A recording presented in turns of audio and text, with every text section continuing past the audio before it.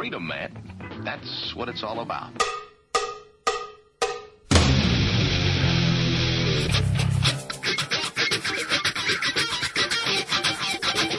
You've got to groove on freedom, like the good book says.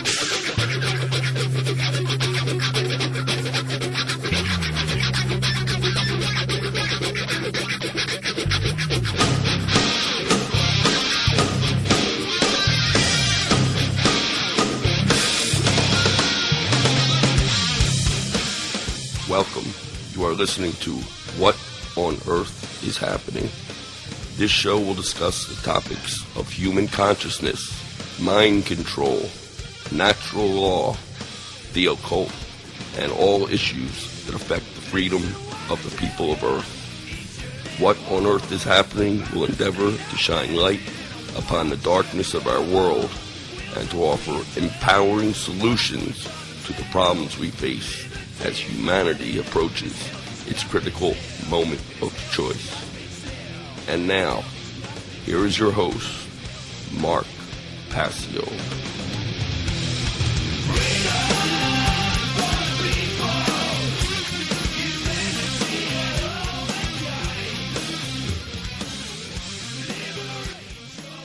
Welcome, ladies and gentlemen. You are listening to What on Earth is Happening right here on the Oracle Broadcasting Radio Network. I'm your host, Mark Passio. Today is Sunday, September 18th, 2011.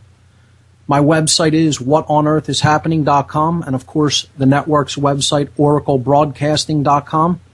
We have a really big show lined up for you here today. We are going to be continuing our ongoing discussion about natural law, the principles of natural law and how it works in our lives. And today we will be tackling the critically important topic of how morality fits into the picture of natural law and human freedom. So that's coming up on the show. I want to read a few event announcements for events that are happening in the Philadelphia area because, again, knowledge is only the beginning of this journey. It's actually what we do with it that really counts and that matters in the long term. So it's about getting out there, being an activist, and taking action in the world.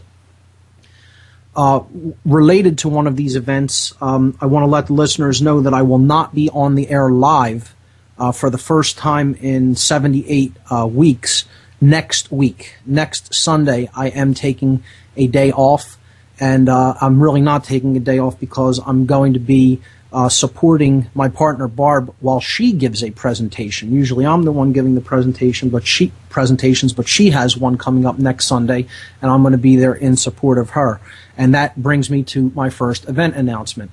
The group called Survive and Thrive here in Philadelphia, that's hosted by our good friend Fernando, is meeting next Sunday, September 25th at 4 o'clock p.m. at Liberty's, a pub in the Northern Liberty section of Philadelphia at 705 North 2nd Street. That's the corner of 2nd and Fairmount in the Northern Liberties section of the city. Survive and Thrive meets there, I believe, twice a month to host hands-on classes about survival skills. And Barb, as a RN, is going to be giving a presentation there on emergency trauma care next Sunday. So that is the first event that I wanted to mention, and that is why I will not be on the air next week. I will pick a show from the archives to replay in the spot next week. So that's event announcement number one. The second event announcement is for the Truth, Freedom, Prosperity monthly documentary screening and discussion night that's held on the last Wednesday of every month at Media Bureau Studios, also in Northern Liberties. Media Bureau is at 725 North 4th Street. And Wednesday, September 28th, 2011 at 7 p.m., we will be screening the film Human Resources, Social Engineering in the 20th Century. A vitally important film that if anyone has not seen in this area, please come on out and bring as many people as you can to see this one, because this is about the real issues that are going on and causing the loss of liberties. So that's the second event announcement. I have one more on the other side of this break. I'll tell you about that, and then we'll get into our topic of discussion for this evening. This is What on Earth is happening here on the Oracle Broadcasting Network. I'm your host, Mark Passio. My website, whatonearthishappening.com. Sorry I ran a little bit over before that last break. I was not able to watch the time clock. I was taking a look at the event that I was reading to the audience, and I missed the upcoming break, so I apologize for that. But on to the other event announcement that I have for everyone. There's a big East Coast conference coming up hosted by MUFON, the Mutual UFO Network, and there's some great speakers on this conference coming up right here in Philadelphia. October 15th and 16th at the Four Points Sheraton, Philadelphia Northeast. That's at 9461 Roosevelt Boulevard. MUFON is hosting their East Coast Conference, and there's a great lineup of speakers, including Joseph Mara, Linda Moulton Howe, Bill Weber, Bill Burns, John Ventry, Robert O. Dean, George Filer, Dr. Lynn Katai, Jerry Jonas, and Chris Augustine. And it's going to really cover a wide gamut of topics of the entire range of phenomenon associated with UFOs, abductions, etc. So this is one that people in this area are not going to want to miss if they're into the UFO phenomena and the paranormal in general. October 15th and 16th, that's Saturday and Sunday, and the event goes 8:30 a.m. to 5 p.m. on Saturday, 9 a.m. to 4 p.m. on Sunday. Saturday is only $35 to attend, Sunday only $30 to attend, and there is a dinner with the conference speakers on Saturday evening, October 15th, for only $38. So this is a great event. I've often worked with some of the promoters of MUFON in the past, and they're a great group of people. For more information on this East Coast Conference coming up in October, you want to visit mainlinemufon.com. That's mainlinemufon.com, or you could visit the regional chapter of MUFON in Pennsylvania at mufonpa.com. So those are the event announcements I have. Actually, there is one other. I may, it's pretty much confirmed. I'm going to be speaking November 5th at Media Bureau Studios. A friend of mine, Kevin, is putting on a conference of sorts there. I'm still waiting on the final details of this. Maybe he could even call in today if he's listening and give the details out over the air. When I get the final details with all the speakers, I'll be announcing it here. But he's asked me to give a presentation on November 5th at Media Bureau, which is at 4th and Brown in the Northern Liberty section of Philadelphia. And I'm going to be giving a talk called Heart Control, Apophasis, and the Negative Pathway to Truth. Heart Control, Apophasis, and the Negative Pathway to Truth on November 5th, 2011 here in Philadelphia. So I'll have more details as they emerge on that event. So with that in mind, I want to direct people to my website at whatonearthishappening.com, where you will be able to see the images that are associated with today's information. If you go to the radio show tab on the website, whatonearthishappening.com, you'll see listed underneath the player images for today's show, and there are 12 images there. If you're not seeing all 12, I did add one last minute, so refresh your page. There are indeed 12 images, image links listed there, and these images are associated with the concepts and ideas that we're going to be talking about on the show here today. Once again, the show today is going to be on natural law, and this topic we will continue to discuss until really we've fleshed out in detail all of the important concepts that one really must grasp if they're going to understand the true causal factors of why what is happening with human freedom is in fact happening. Okay? We're trying to answer the question why, and to do that you have to get down to causal factors. You in order to understand how these causal factors work, you need to understand existing conditions. Natural law is a pre-existing condition in the universe that we are bound by. We did not create it. It is inherent to the universe. It is simply based in nature. Okay? It is not made or caused by humanity. A law is an existing condition which is binding and immutable. This means that human beings do not have the power to change a law that is in effect and has been put there by nature or by the Creator. Okay? So this is what natural law is, and we've spent weeks basically helping people to understand what natural law is, the actual principles that it is based upon. Okay? We went through the 7 general principles of natural law a few weeks back. And then last week we did a show on what I called the real laws of attraction. Okay? It was the expressions of natural law, or in other words, how the principles of natural law actually work in our lives according to our free will choices between polarities to actually create the manifestations, the events of our lives as we experience them. Okay? The expressions of natural law were covered last week on show number 77, which very synchronistically, if you will, happened on September 11th, the 10th anniversary of the 9/11 human sacrifice occult ritual. And very interesting that it was show number 77. Numerologically, it could not have been planned any better than that, and it was not planned. That just happened to be how the numerology of this show worked out. For anybody that has taken a look at the show that I did on occult numerology involved in September 11th, you'll understand what I mean by that statement. So last week we covered the expressions of natural law. We went through the generative polarities, love and fear, okay? The expansive force of consciousness and the force that shuts consciousness down, okay?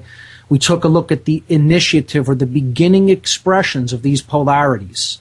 Okay, the positive expression being active seeking of the truth, going out in search of knowledge, wanting to know, the desire to know.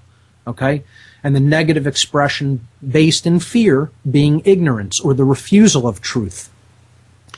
The internalized expression, coming to know oneself and bring one's thoughts, emotions, and actions in harmony with each other in a state of non-duality, is the state of internal monarchy or sovereignty. It's the rulership of oneself, becoming a master of oneself.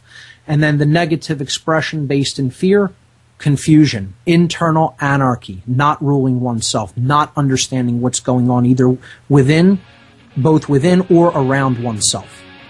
We took a look at the positive external expression based in love, okay, which is freedom, true freedom, or external anarchy, no one ruling anybody else. And then we also saw the negative expression of the external expression, which is based in fear, which is control. We'll continue looking at natural law on the other side of this break. This is What on Earth is Happening. Welcome back, everyone. You're listening to What on Earth is Happening on the Oracle Broadcasting Network. Today on the show, we're continuing our discussion about natural law, its principles, how natural law works in our lives through our decisions, through the polarities that we choose to work with, and then it creates a manifestation. And ultimately, we're the ones doing that, so if we don't like the manifestation, the good news is we can change it by choosing the opposite polarity anytime we so choose. Where I left off before the last break was we were talking about the external expressions of natural law, both positive and negative. The positive externalized expression being freedom, which is the absence of external rule or external anarchy, in other words. No one ruling over anybody else. No masters and slaves. Okay, that's not the relationship that people choose between each other. Okay, so the negative externalized expression is control, where people do choose a relationship based on master and slave relationship.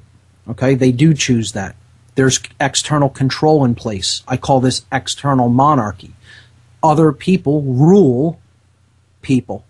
Okay, people aren't ruling themselves, so they're ruled by someone else. They're owned and controlled by another. Okay, and you just take a look at the chart, and this is image number 4 on the radio show page of whatonearthishappening.com.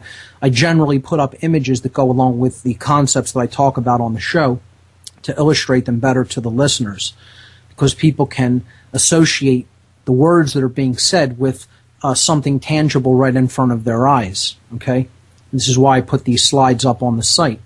And if you just look at the way that the flow of the chart goes, okay, you start out with the positive expression. You always stay in that column.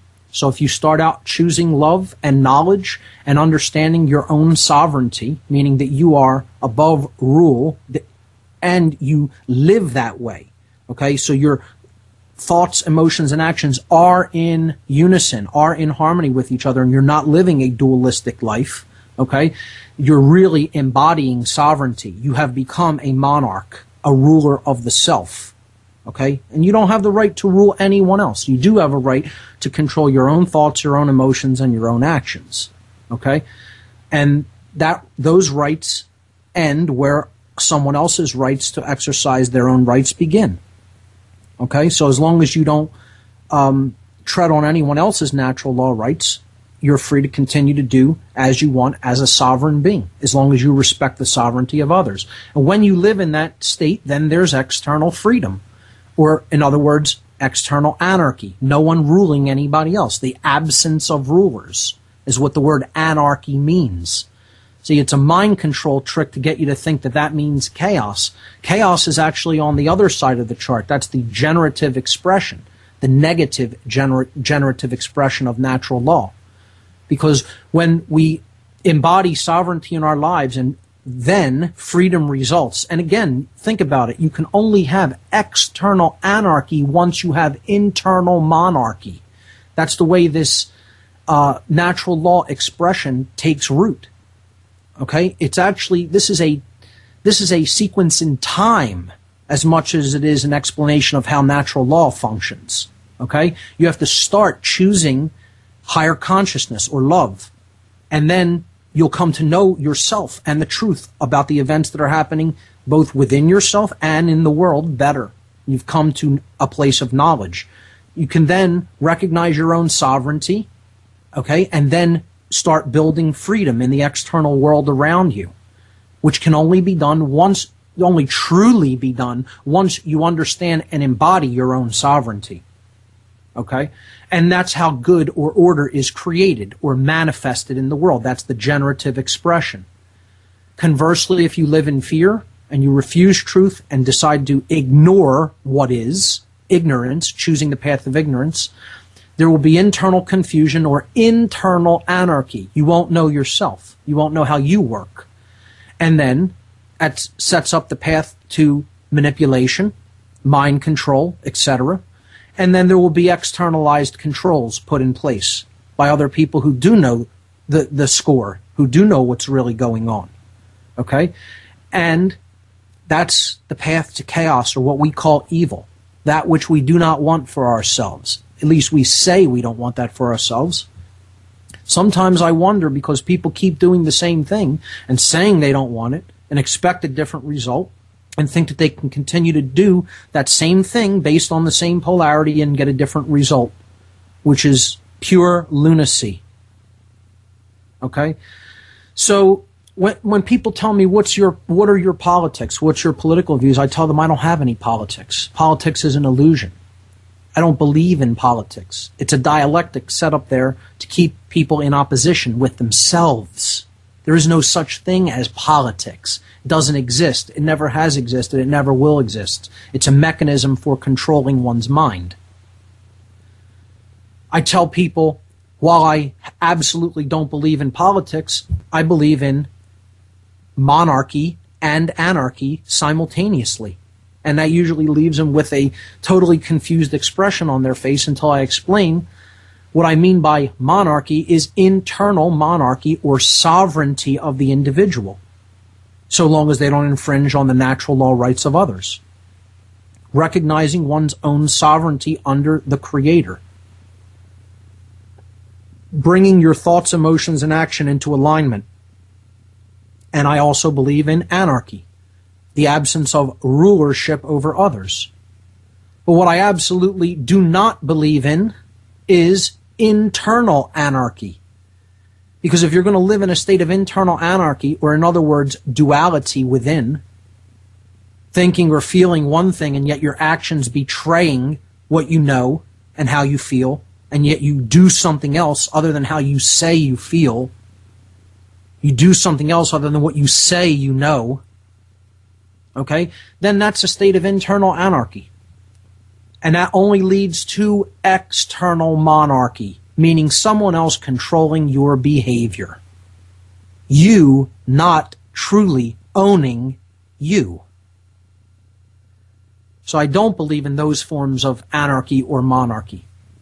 I believe in internal monarchy, ruling your own house in a state of non-duality within.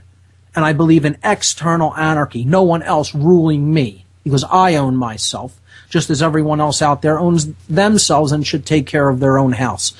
And that's the only way we're going to get to freedom, ladies and gentlemen.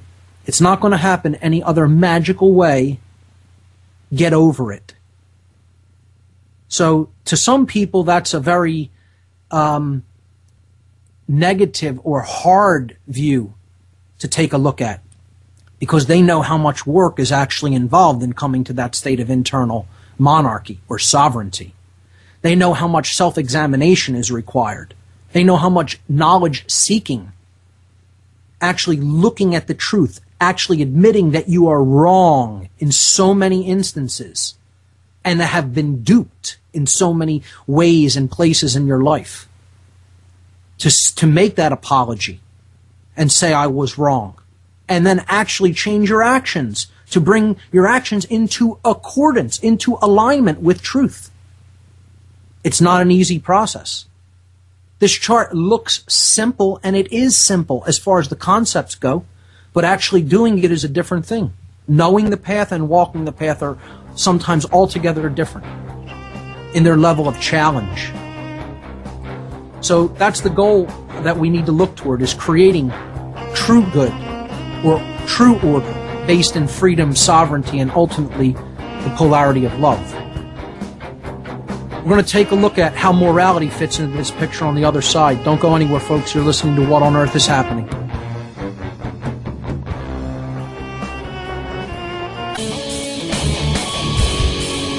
Welcome back, everyone. This is What on Earth is Happening. I'm your host, Mark Passio. My website, whatonearthishappening.com. We're going to be getting into some deep aspects of natural law here today on the show. Before we do that, I want to give the call-in number. Hopefully we'll have some time to take some calls in the last couple segments. Call-in number for the show today is 866-841-1065. Once again, the call-in number, 866-841-1065. When you call in, just hang on the line. Be patient. I'll try to get to you in the later part of the show. But you can call in now to get in the queue. So, we're going to be talking about really the fundamental thing that is causing the loss of human freedom. And as sad as it is to make this statement, here's as simple as it gets. Human freedom is being destroyed and lost at the rate that it is being destroyed and lost at for one basic overarching reason. Human beings, unfortunately, have come to a point in their consciousness where most of them no longer know the difference between right and wrong. That's it, folks. That's it. If you want to know why the events that are happening, that is the causal factor right there. They do not know, not believe or think or just have an opinion about. They do not definitively know the difference between right and wrong. And there is such a thing. And I want to make a real hard, definitive statement here. Any spiritual teacher that is not telling people that there is a definitive, objective difference between right and wrong is a fraud or a deceiver. They are a fraud or a deceiver. Okay? Or both. Or sadly, they're a useful dupe who really doesn't know the difference themselves and is trying to make a buck. Okay? So let me be as plain and as clear about that as I can. The people who are telling anybody out there that there's no such thing as really a difference between right and wrong, and oh, this is just further polarizing people, and, you know, when we make it about right or wrong, we're adding to the problem. Wrong. There is such a thing as right and wrong. There is such a thing as objective morality. Okay? It is based in natural law principles. And when we started this show 78 weeks ago, one of the first things I talked about was the ideology known as moral relativism, which is destroying the people of the earth. When I then went into all of the methodologies of mind control and helped people to understand that it is dark occultists who propagate all of these mind control methodologies, and what their ultimate religion is all based upon is moral relativism, on the shows that I did on Satanism and dark Luciferianism. This is their foundational ideology, that there really isn't any such thing as right or wrong. It's all relative. It's all based on what we think, our preferences, based on the current situation at the time. And if you believe that, you are under mind control put there by dark occultists. If you believe that there is no such thing as objective right and wrong, you are under mind control. And that is the problem. That so many people actually believe in moral relativism. That's the problem with the people of Earth. And that's why the people of Earth are going into deep slavery. And I'm choosing my words very deliberately. Okay? And people will not like to hear this. They will rebel against this in whatever way they can, because they want to abdicate personal responsibility to know the difference between right and wrong, and then to choose the right. They don't want that responsibility. They want to claim ignorance. I didn't know. I didn't know as I was hoarding people into work camps that was the wrong thing to do. I thought it was fine. I didn't know as I was signing off on all of these bad loans. I didn't know. I didn't know that I was basically taking away these people's rights to speak and make their opinion, voice their concerns and opinions. That I silenced them. I didn't know that was wrong. I was just doing what I was told. I was just following orders. I was just doing my job. How long are we going to let this fly as an excuse? As a people? We heard that at Nuremberg. The Russian secret police that worked under Stalin claimed that. It's just a job. I wanted to keep working so I could feed my family. The Schutzstaffel who ran concentration camps were saying that. Well, our government was telling us it was okay. People behind all of these loan frauds and all of the rape of the economy are saying, oh, but my superiors are just telling me to do that. That's okay. That's company policy. And then they just do it because it's just pass the buck down the line. Just abdicate your own responsibility to know the truth, to know right versus wrong, and then choose right. They're trying to say, oh, no, we don't have that responsibility. That's someone else. I'm just a foot soldier. I'm just a person pushing a pencil, or I'm just a person carrying out the actions that my owner tells me to do. And we think that's acceptable, that that's okay for somebody to just continue to abdicate that personal responsibility and say, well, they're the ones actually doing these things, that they're not responsible for doing them. Nonsense. Bunk is what I say to that. And that's what you should say to that if you have any understanding about the real dynamic that's taking place here. You should call people on that. You should call their BS on that, because that's exactly what it is. And it shouldn't fly in any kind of a moral society for someone to make claims like that they're not the ones responsible, even though they're the ones actually doing the action. Well, someone else told me it was okay. Think about this, folks. This is as common sense as it gets. See, because that's ultimately what we're talking about here today, is common sense. That's a key phrase that's going to be coming up. So that's the dynamic. People really don't know the difference between right and wrong. They don't know what their rights are, and they don't know what their rights are not. And I told you when I started the section on natural law, I told you two things. And remember my words. This is the most deeply occulted information on the earth. And it's some of the most basic. But it is the most deeply hidden truth. You're never going to hear anybody talking about this on television. You won't hear this on the nightly news, okay? You won't even hear it amongst some of the top alternative media. This is the most occulted information in the world. This is the information that the dark occultists who are running the show know and are using against people as a weapon, and ultimately are trying to get people not to ever look at. This is what they want hidden from your sight, which is what the word occult means. Hidden from sight. Okay, another form of mind control is trying to make one word associated with something that it's not really associated with at all.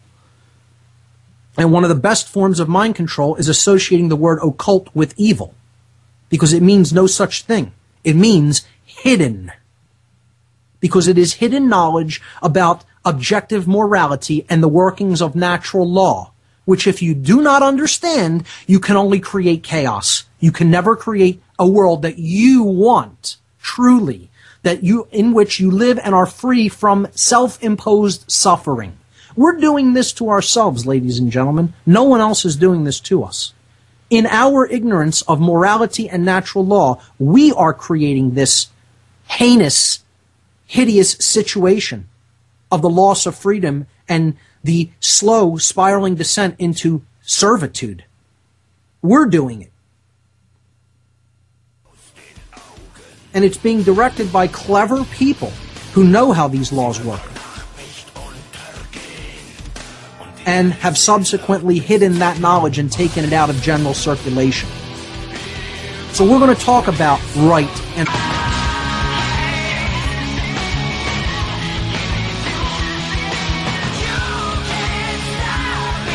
We're back. This is What on Earth is Happening. I'm your host, Mark Passio. We're going to be getting down to the real causal factors of why humanity is experiencing that which it is. And it ultimately comes down to knowing the difference between right and wrong. And there is such a thing, and it is objective, and it can be known. And there are people who know it. And many people don't want to hear that. And again, they'll rebel against it. I told you to expect ad hominem attacks against me for stating these things. Because when people cannot refute something that is based in truth and based in principle, they will just attack the messenger. That's it. And it's always done by people who don't want the personal responsibility of knowing the truth, knowing right versus wrong, and then choosing the right. That's who always does that. They want to be absolved of the responsibility of having to choose the right when given the choice between right and wrong. They want someone else to choose that for them, and tell them, here's what you're going to do, go do it, and they say, yes, I'll go and do that, and then they can blame it on this other person. And that's all it comes down to. And I don't care, again, I told you, I don't care what time period in history we're talking about. That ideology, that way of being in the world, no matter what time period, no matter what people, no matter what land, is the ideology of a Nazi. I don't care whether you call them British redcoats. I don't care whether you call them people in waging tribal warfare against others just to eradicate the opposing tribe in some region in Africa someplace. Okay? I don't care whether we're talking about communists. I don't care whether we're talking about any form of radicalized police state controllers, no matter where they were. Roman centurions, doesn't make a difference. It's the same mind state. It's the same mind state. I'm going to do this whether it's right or wrong if I get something out of it. If somehow I benefit. It doesn't make a difference who I'm harming, who I'm hurting, who I have no right to be doing these actions to. I'm going to make the decision willfully to do it anyway. And 9.9 out of 10 times, I'm going to point the finger externally when asked, why were you acting like that? You don't have any right to act like that. The action is wrong because it results in harm to someone else when you had no right to cause that harm. I'm going to point the finger and say, that person told me it was okay. And there's nothing anybody can say. No matter how much you want to say, oh, I agree or disagree with politically what happened during that time of the world or why these actions were taken, nobody can actually refute the wrongness in morality of the actions of these people and claim that they are not pointing the finger and saying, that person told me it was okay. Because they're a mindless follower. That's all it comes down to. And I want to be harsh about how I'm wording this. It's deliberate, harsh language because people need to get used to not hearing garbage, politically correct speech. You need to hear hard, harsh language when it comes to evil, when it comes to deliberately choosing wrong just because you think you can get away with it. That's all these people's mentality is. And that's what a socially Darwinistic mentality is. There is no such thing as right or wrong, good or evil. It's what you can get away with. That's what moral relativism and social Darwinism is at its core. When we look at the words right and wrong, just the words, again, so much of what I do on here is get down to the actual meaning of the words. Okay? I consider myself a wordsmith. And if we really want to understand what's going on in the world, we need to look at words. Words are actually imbued with energy. They are sound energy that leave our mouths, that we generate. And therefore, there is a magical quality to words. And you could scoff at that, laugh at that all you want. This universe is created by sound energy. And when we speak, we are creating.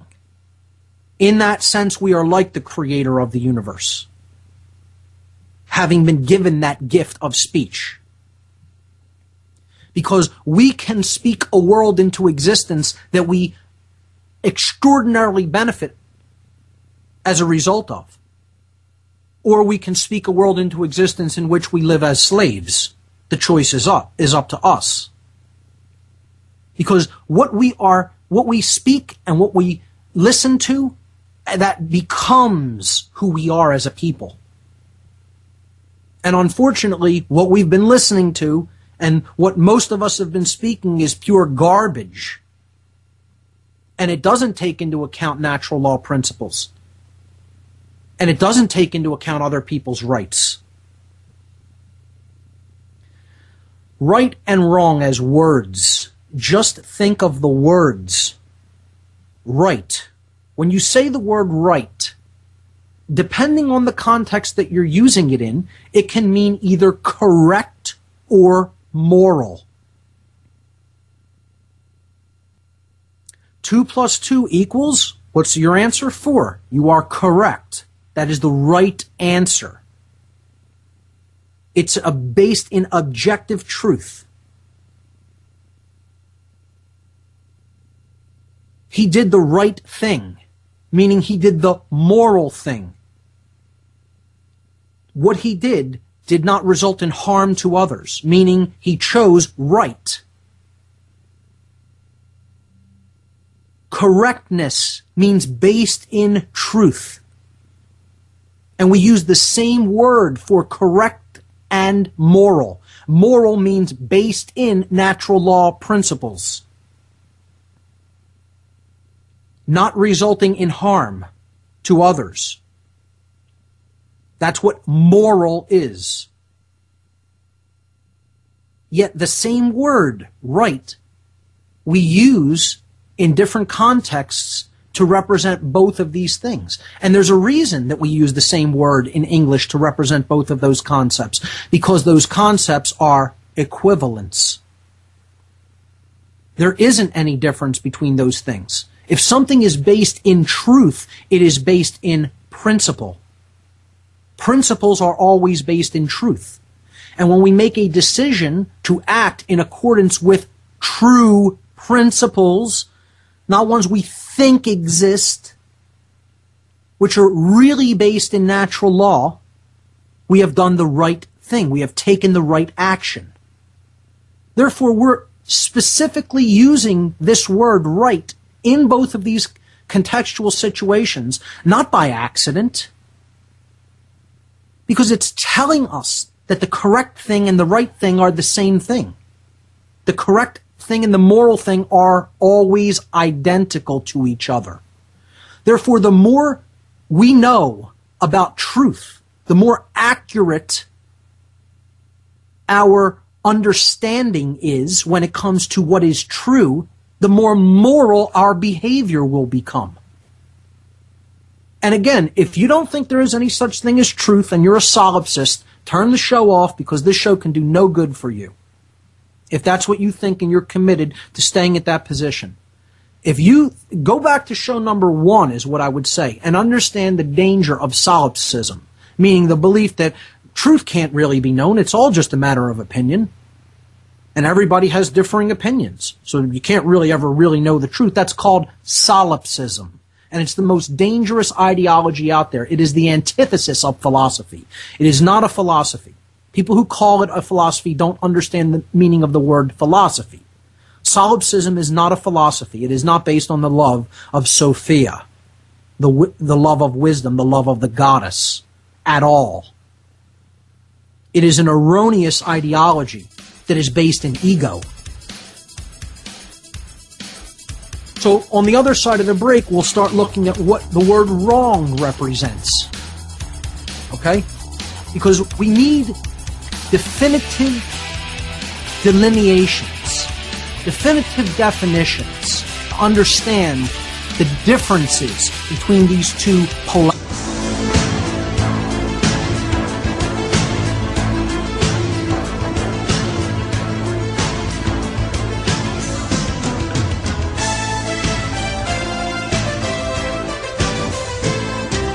We're back, folks. This is What on Earth is Happening. We're at the top of the second hour. This is a short segment.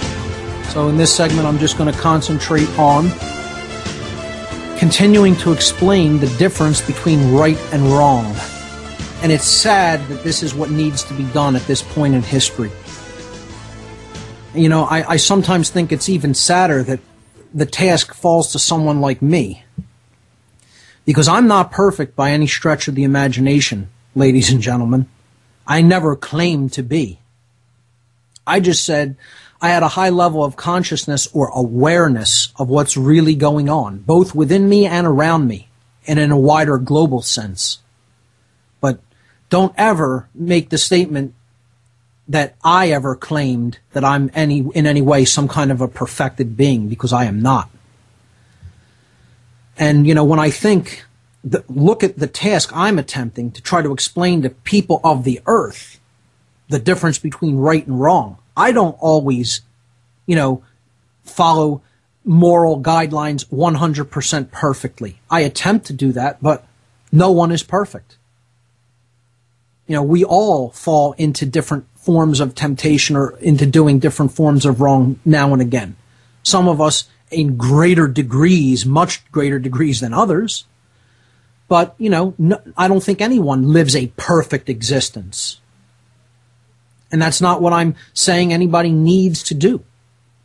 We need to start choosing the right much more frequently than we choose the wrong. So when we look at the word wrong, we looked at the word right before the break, before the top of the hour. Now let's look at the word wrong. It means both. Incorrect, as in 2 times 3 equals 7. Incorrect. You gave the incorrect answer. Wrong. You're wrong. Not correct. Not based on truth. Not based on actual point of fact reality. Okay? And it also simultaneously means immoral when we use it in a different context.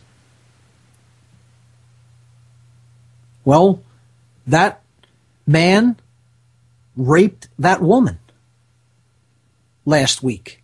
He did something that is incredibly morally wrong. We'll talk about the transgressions of natural law, which is actually once we have a solid understanding of those transgressions, we'll have a much better understanding of what our rights actually are and what they are not. So it's actually very important to look at what wrong is. Moral wrong. We're going to do that today. Moral wrong is always actions that are not based in natural law, that are a violation or a transgression in some form of natural law. So we use the same word, wrong, to mean incorrect and to mean immoral. Not based in natural law, because if our actions are based on things that are incorrect, that we believe in, that are not based in truth, then they will be immoral. They will create chaos. They will result in harm to other beings. That which is true and right is always going to be moral. The actions that are taken in that state will always be in harmony with natural law, and they will not result in harm to other living beings. Conversely, when we are wrong in our information, when we have not taken in enough information to make an accurate decision based upon its veracity or its level of truth, then we will act in an immoral state.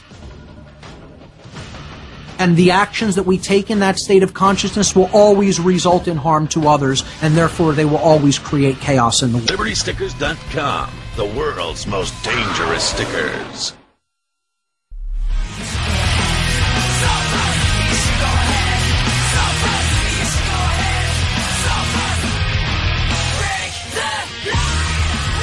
We're back, ladies and gentlemen. You're listening to What on Earth is Happening. I'm your host, Mark Passio. Today, as we have been for the past many weeks, we are talking about natural law. Not the law of man, but the laws of nature. And how adherence to these natural principles are either going to result in order or chaos in our lives. And that they're not up to us because we didn't put them in place. The only decision that is up to us that we have free will over is how we will either live in harmony with those natural guiding principles, or we will completely ignore them. Living in harmony with them will result in freedom and order and everything that we call good. Choosing to ignore them and continue to think that we just may do whatever we feel like doing based on likes or preferences or dislikes is only ever going to get us more and more chaos, or what we call evil, in our lives. Suffering, in other words. And that's just how it works. It's nothing to get upset about. It's, nothing to rage against. It's how it works. These are just laws that are put into effect by creation. But see, the ego wants to think it's the highest thing in creation. It doesn't want to accept that there's any higher power or force in the universe. It wants to be all-powerful. And it wants to say, no, you can continue to do whatever you feel like doing, even if it's in violation of another's rights. That's not going to create more and more harm and more chaos and more evil in the world, even though that's exactly what it does. And then the ego wants to say, you could just point a finger and say, that person made you do it. Or you didn't know. Claim pure ignorance. As if that will somehow absolve you of that wrongdoing. So, what it all ultimately comes down to, we just took a look at the words right and wrong. What it all ultimately comes down to is knowledge. And here's another place where I'll tell you, New Age proponents and, the New Age movement teachers will tell you knowledge doesn't matter that much. Once again, pure bunk. And anybody trying to sell you that there's a way to freedom without going through knowledge is a liar. A liar. That's why the path of knowledge, the hidden Sephirot, the one that is not actually a Sephirot on the tree of life, okay, one of the Sephirot on the tree of life, is called Da'at, and it is the sphere of knowledge. And it's occulted knowledge. See, it's not quite on the tree. It's actually behind it. It is occulted. And that's on the middle pillar. I'm referring here, of course, to Kabbalah. And you can go back into the podcasts on the website to look at the shows, listen to the shows that we did on Kabbalah to understand how this is a powerful tradition to understand the self and natural law principles at work in the world. You're not going to get to the top of that tree, that make that climb out of base consciousness to higher consciousness without learning, without understanding the difference between truth and fantasy, understanding the difference between right and wrong, understanding the difference between love and fear. That's what we're here to do. And there are no shortcuts. New Agers want to tell you that there's magical shortcuts. There aren't any. It's hard work. It's not so overly complicated that you can't learn it or it can't be done, because it's not ultra complex. There are simplicities to it. Don't oversimplify them. Take them for what they are and build upon them. But simple and easy are two different things, as I've said many, many times. The corner that we've painted ourselves into makes the job difficult and often dangerous at the point that we're at. But we let it get there. It doesn't mean that it's overly complex. Truth is basically simple. It's building blocks. And you assemble those, and from that assembly, you gain more and more understanding. So, what is this knowledge that we need? Of course, it is the knowledge of how natural law operates, which I've already said many times is the most occulted knowledge. And again, I said the second part of this would be people will come out of the woodwork to attack this point, because this is the ultimate solution. Again, we're not talking about the problem anymore, really. This is the solution to the problem. Coming to the awareness of this information about natural law is the solution to humanity's problems, which is why the words natural law will never be talked about in mainstream media. This is what is the most deeply occulted knowledge, and that's also why you'll see people come out and attack anybody trying to put this knowledge into the consciousness of humanity. They will be those individuals who are the messengers of these laws will be attacked.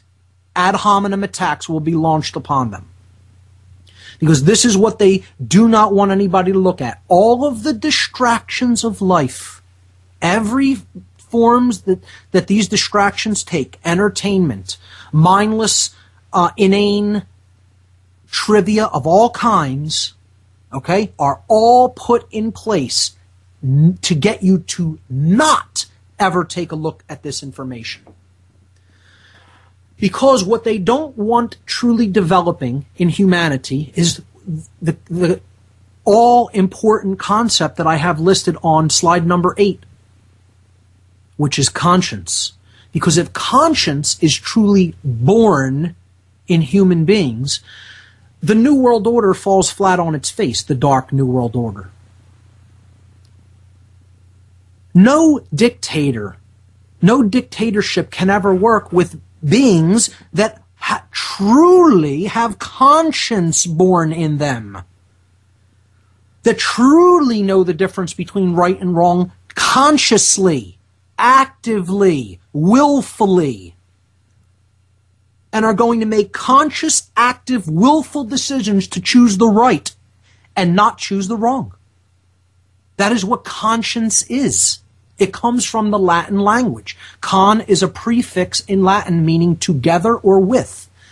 And then the second part of the word, which is obviously the word science, which is where we get the word science from, the verb sciere in Latin, scio sciere, which means to know or to understand. Which means you're not going to get to the truth. You're not going to get to freedom without truly knowing or understanding. And not just individually, but together. Because conscience means to come to a place of knowing together. True knowing, knowledge, understanding. It is common sense.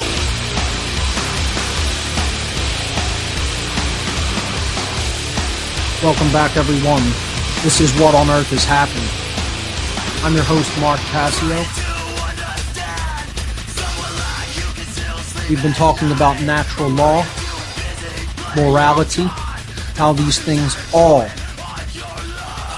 are inextricably connected to the dynamics of human freedom. And unless we understand that, we're navigating blind, and we're going to be condemned to eternally be slaves here on this planet if we do not understand these principles.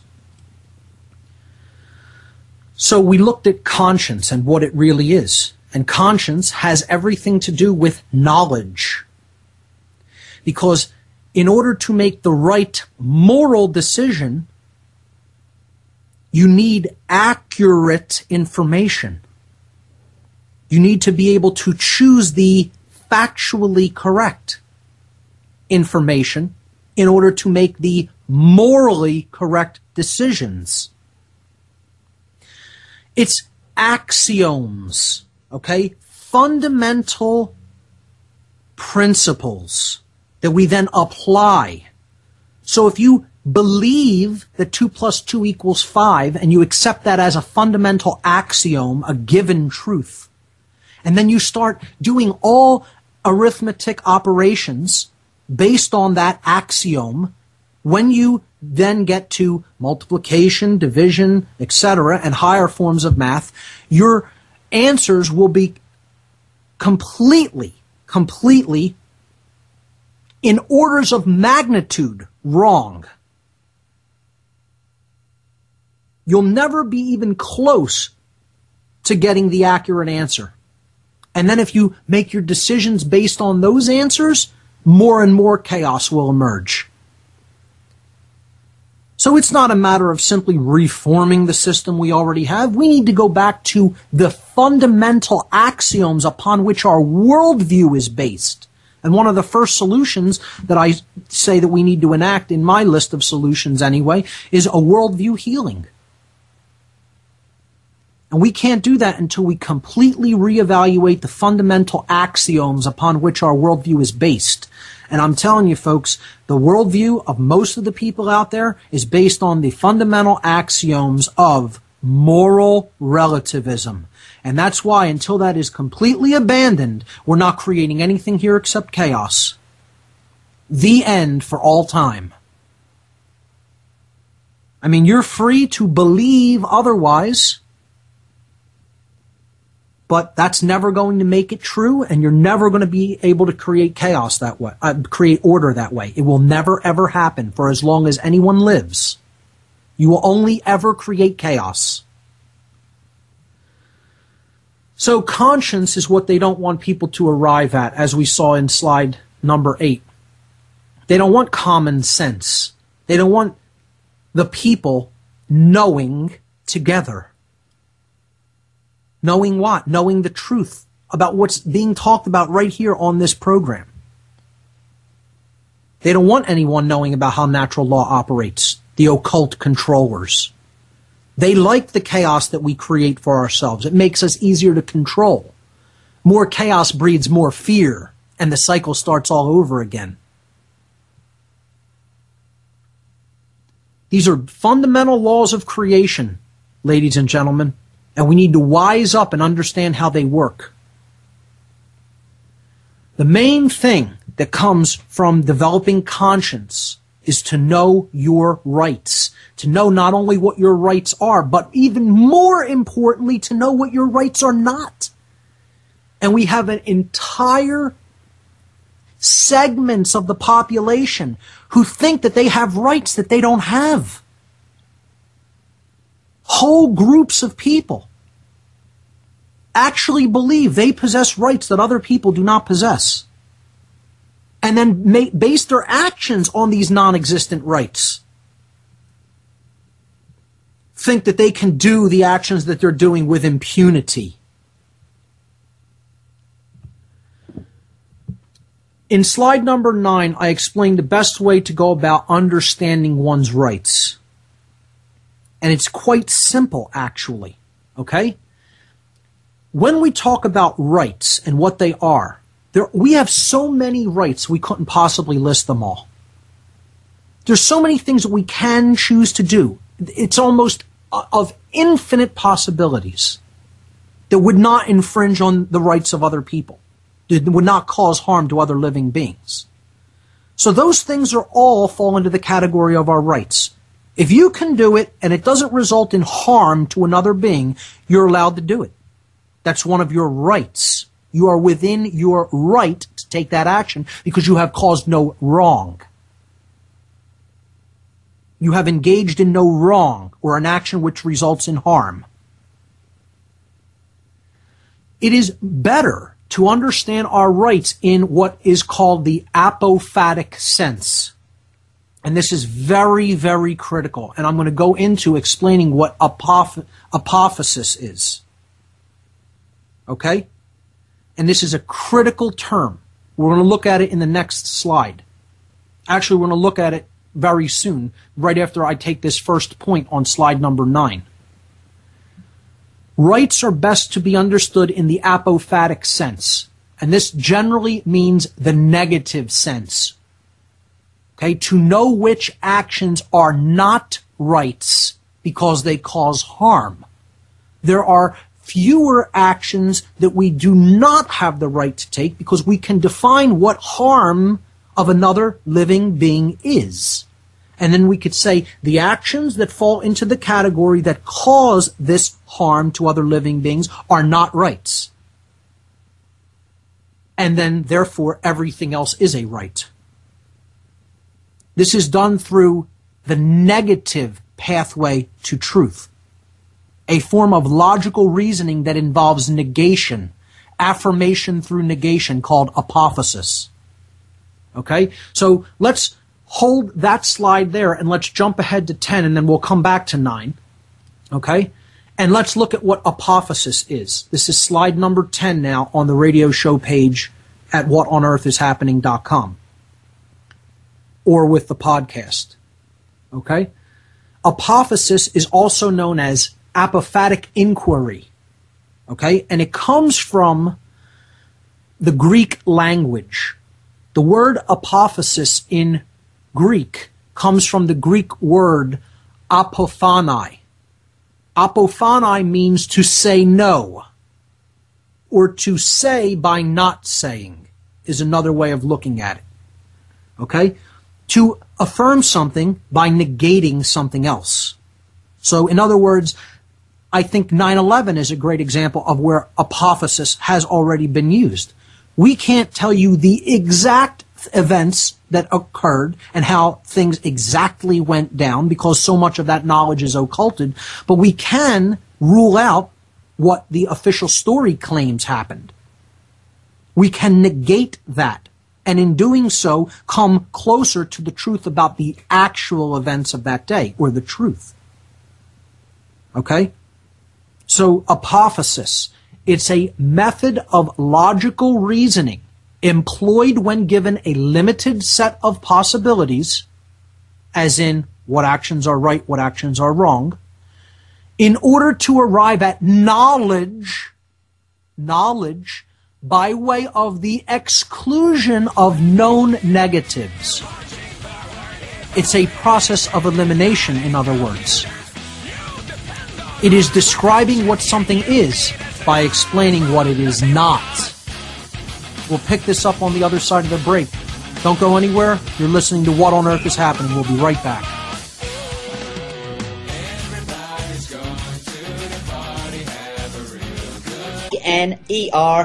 NERFOOD.com. Sleep. Stay asleep. Obey. When he looks at it with his eyes, it's what we see. When he looks at it with sunglasses, he's seeing the same things all the way through. The subliminal, symbolic that he couldn't see. Obey. No independent thought. Don't think for yourself. That's exactly what they want you to do. Obey and not think for yourself. As masterfully expressed there by the teacher David Icke, as he's describing the scientific allegory, the science fiction allegory called They Live, there in that break music. But going back to the concept that we were talking about before the break, which is apophasis, or the negative pathway to the truth, in other words, okay? When you have a certain set of possibilities that you are exploring and trying to get the truth or to arrive at knowledge, okay, you can do this by the exclusion of known negatives, or in other words, to describe what something is by describing that which it most certainly is not. This was mostly practiced in the early church history, and there are two schools of theology. One is known as the Apophatic theology, which attempts to describe the qualities of the Creator by explaining that which the Creator most certainly is not, or qualities which would not be embodied by the divine. Okay, so that's the apophatic, describing something in the apophatic sense. Okay? As I've said, it's affirmation through negation is an easy way to look at it. The opposite of that would be the cataphatic pathway to truth, which is attempting to directly describe what something is, as in cataphatic theology. Okay? So apophatic inquiry. Arthur Conan Doyle, in his science fiction, expressed this beautifully.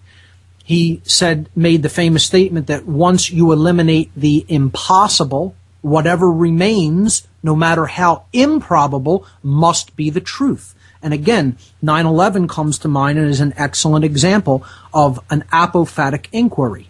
Okay?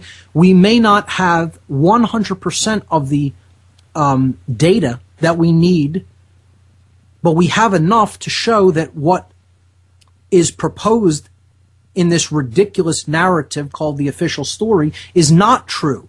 Therefore, another explanation is most certainly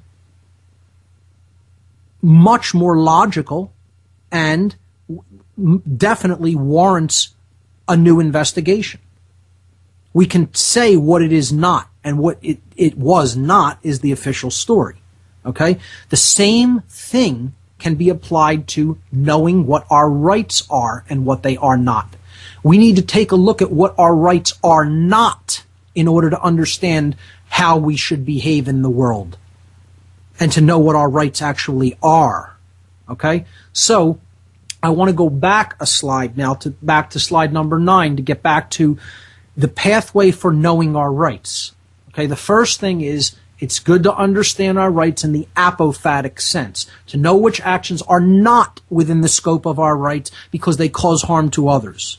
The second part of knowing our rights is to understand that natural law and morality hold true, meaning they are in effect regardless of how many people are in the world. Okay? And this is one that people have a real hard time with because of ego. Ego gets in the way of understanding this one, folks. Big time. Okay? Because people will say, oh, well, given a small group of people, that's fine. But when you have a whole bunch of people doing that, that's going to create chaos. And the people who always talk against natural law and for the laws of man will always invoke the creation of chaos, when in fact, they're the ones who are creating the chaos through the advocation of their position. They don't understand that what man's law is doing can only create more chaos in the world. Yet they'll say natural law, allowing natural law to exist and just be in place, would create chaos. See, this is how man wants to be God. Man wants to unmake what creation has made and then remake creation in his image.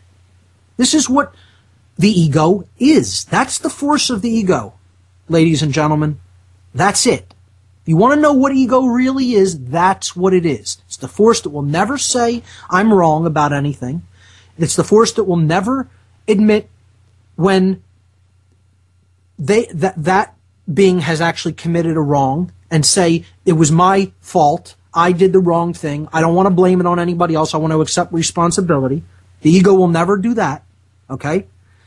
And it will always try to invoke chaos if natural law gets to rule the day, okay? You're crazy, you can never allow that. There would be chaos. Fear is always invoked. Instead of actually understanding the dynamic that causes order versus the dynamic that causes chaos, and then choosing the one that causes order, they're always trying to fear-monger and promote the idea to other people who clearly have no understanding of natural law that going in the direction of natural law is what's going to cause chaos, when in fact it's the other way around. So the population issue, here's how I tell people to look at it, okay? When in doubt as to whether an action is in harmony or disharmony with natural law, you want to visualize a scenario in which there are only two people. Visualize a scenario in which there is only two people and no external events actually getting involved and interfering with the interaction between these two people, and then look at the action. If that person has a right to take that action in a situation where there's only two people, then they have a right to take that action in a situation where there's 7 billion or 700 quadrillion people. Okay? If they do not have the right to take that action when there's only two people, they do not have the right to take that action when there's 2 billion, 2 trillion, or 2 Google people in the world. It wouldn't matter how many people ever exist.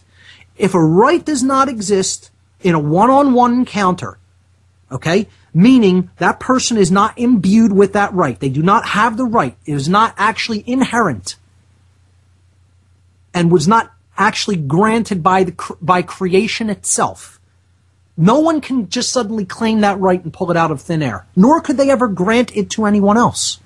Rights cannot be granted. Wrongs cannot be granted. No one ever can say, you are now allowed to do this. And that's one of the big failings of this country. We created a system that advocates personal responsibility and tried to give a subset of individuals calling themselves government rights that other individuals don't have. For example, taxation. A perfect example in which the framers of the Constitution went completely against natural law principles and clearly did not ultimately know what right and wrong is, ultimately. And they chose wrong over right. Because in a one-on-one situation, one person cannot say to another person, I'm taking what you have. And I'm going to take a certain percentage of what you have, whether you feel that you can afford to give that to me or not. In a one-on-one situation, that would always be wrong. Yet, government, people who set up government, thinks that they're allowed to create a subset of people, because there's a whole bunch of people in the world, and we're going to give a subset of people this right that doesn't exist for any individual. Because it's theft. Period. And very quite simply, it's theft. Anybody that is so under mind control that they can't understand that taxation is theft, go ahead and continue to believe that it's not. You're delusional and you're fooling yourself. Of course it's taking from one person that you don't have a right to take from. It's always has been that since the dawn of time, and always will be that. The ego needs to take a step aside to understand a lot of this information, folks. Many people will be angry at this, and the tagline is, get as angry as you want, get as offended as you want. Go put it on a t-shirt, okay? Get as offended as you like by this information. Natural law doesn't care about how much you're offended by it. It's what is. And you're creating as a result of your adherence to what is, or your ignorance of what is. So we need to look at what rights are definitively not in order to understand what's really going on in the world. There are 4 basic transgressions of natural law. And ultimately, when you boil it all down, there's one transgression against natural law. And I'll explain that. The 4 major transgressions against natural law, or in other words, against another living being's rights, are as follows: murder, rape, theft, and trespass. Murder, rape, theft, and trespass are the 4 major natural law transgressions.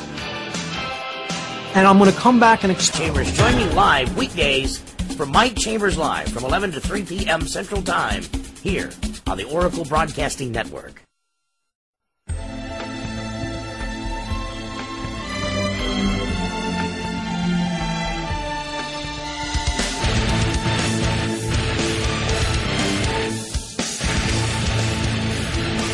Welcome back, folks. This is the last segment of What on Earth is Happening for this week.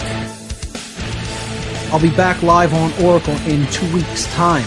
Next week, again, I'm taking the day off to support my partner Barb as she has a presentation next Sunday.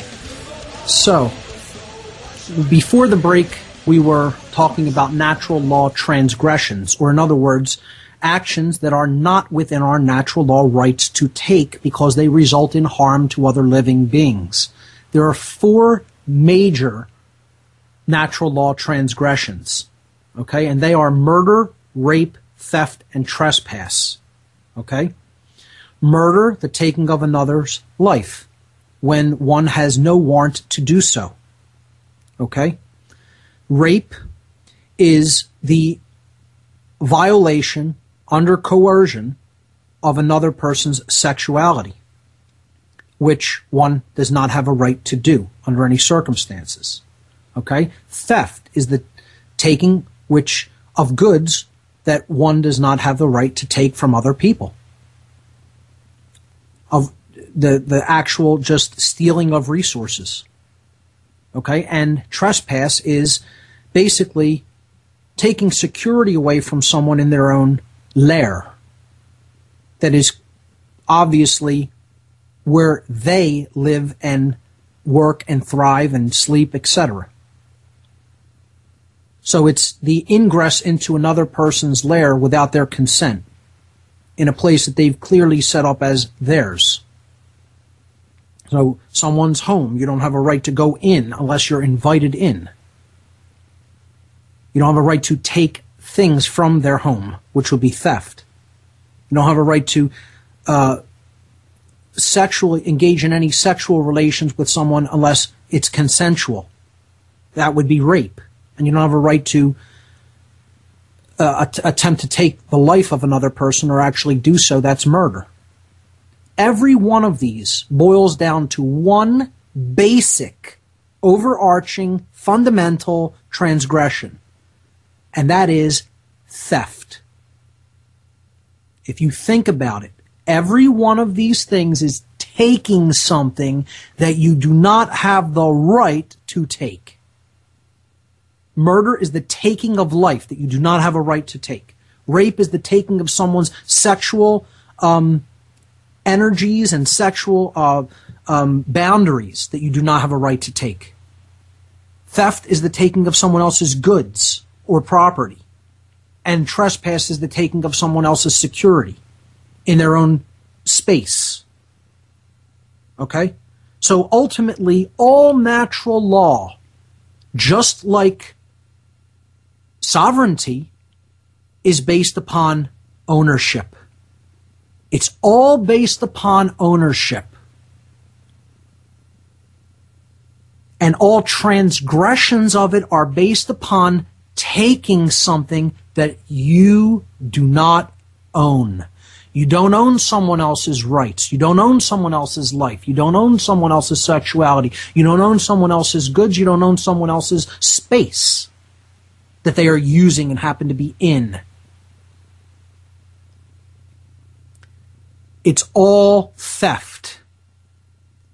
Ultimately, every wrong that we commit in some way, shape, or form is a theft. If you sit down and truly philosophically think about it, this is common sense. And it's quite simple. It's not complex. It's not unknowable. These are what our rights are not. If our rights do not fall into these things, we have a right to engage in that activity. And no one has a right to stop us from engaging in that activity. So again, trying to stop someone from engaging in things that don't fall under these categories of theft in different forms, one does not have a right to take. That would be taking someone's rights. So stopping someone from speaking is taking their rights. Stopping free assembly is taking someone's rights away. Trying to take someone's freedom away and turn them into slaves through corporate personhood and other mind control measures is not someone's right to do so. They're in the wrong by engaging in that activity. Protecting criminals from engaging in their criminal behavior is not within our rights, because other people are engaging in theft and murder, and then they're being protected by other people.